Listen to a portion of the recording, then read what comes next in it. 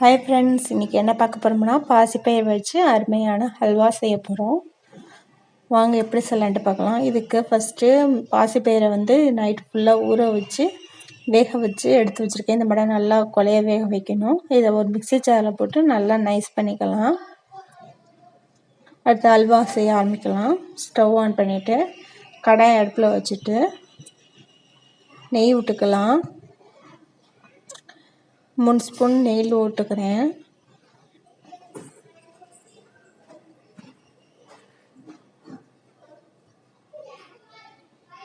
Spoon விட்டாச்சு. இப்போ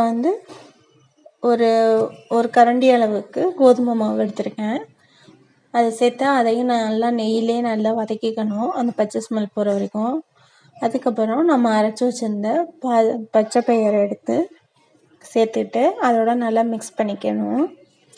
ஏன் கோதுமை மாவு சேர்க்குறோம்னா, கோதுமை மாவு சேர்த்தா தான் அந்த பயரோட மிங்கிள் ஆகி அந்த அல்வா பதம் வரும். அதனால் கோதுமை மாவு சேர்க்குறோம். ரெண்டையும் சேர்த்து நல்லா மிக்ஸ் பண்ணி விட்டுக்கோங்க. இடையில கொஞ்சம் கொஞ்சம் நெய் விட்டுக்கோங்க.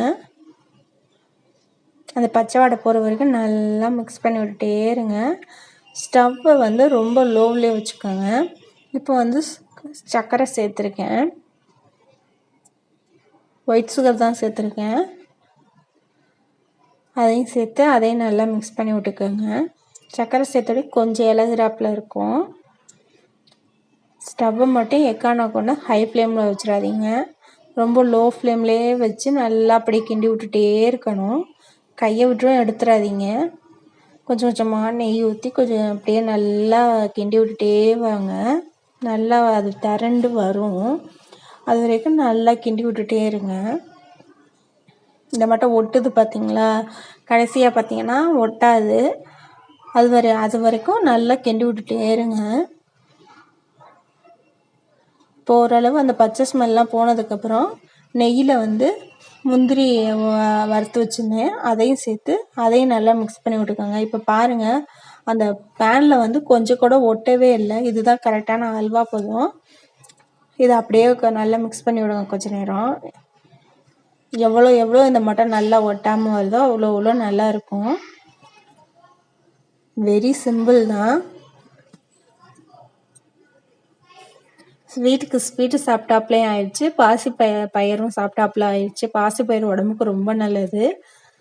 இப்போ இந்த மாட்டம் செஞ்சு சாப்பிட்டோம்னா ரொம்ப நல்லது. அதனால நம்ம அல்வாவாக செஞ்சு சாப்பிட்டோம். இந்த மாட்டம் வரணும். இதான் கரெக்டான பதம் அல்வாக்கு. நல்லா மிக்ஸ் பண்ணி விட்டுட்டே இருக்கலாம். அவ்வளோதான், நம்மளோட அல்வா ரெடி ஆயிடுச்சு. இப்போ ஒரு பவுலில் போட்டுக்குவோம். பவுலில் போட்டு நல்லா அமுக்கி வச்சுருக்கேன். பாருங்கள், பார்க்குறப்பவே நல்லா ரிச்சாக தெரியுது. நெய்யெல்லாம் நல்லா திரண்டு நல்லா தெரியுது. இப்போ அப்படியே பவுலை கவுத்து அந்த தட்டில் போட்டு காமிக்கிறேன். பாருங்கள், வா சூப்பராக வந்திருக்கு. நம்மளோட ஹெல்த்தியான பாசிப்பயிறு ஹல்வா ரெடி ஆயிடுச்சு. வெரி சிம்பிள் ரெசிபி தான். நீங்களும் செஞ்சு பாருங்கள். மறக்காமல் நம்ம சேனலை சப்ஸ்கிரைப் பண்ணிடுங்க, லைக் பண்ணுங்கள், கமெண்ட் பண்ணுங்கள். தேங்க்ஸ் ஃபார் வாட்சிங்.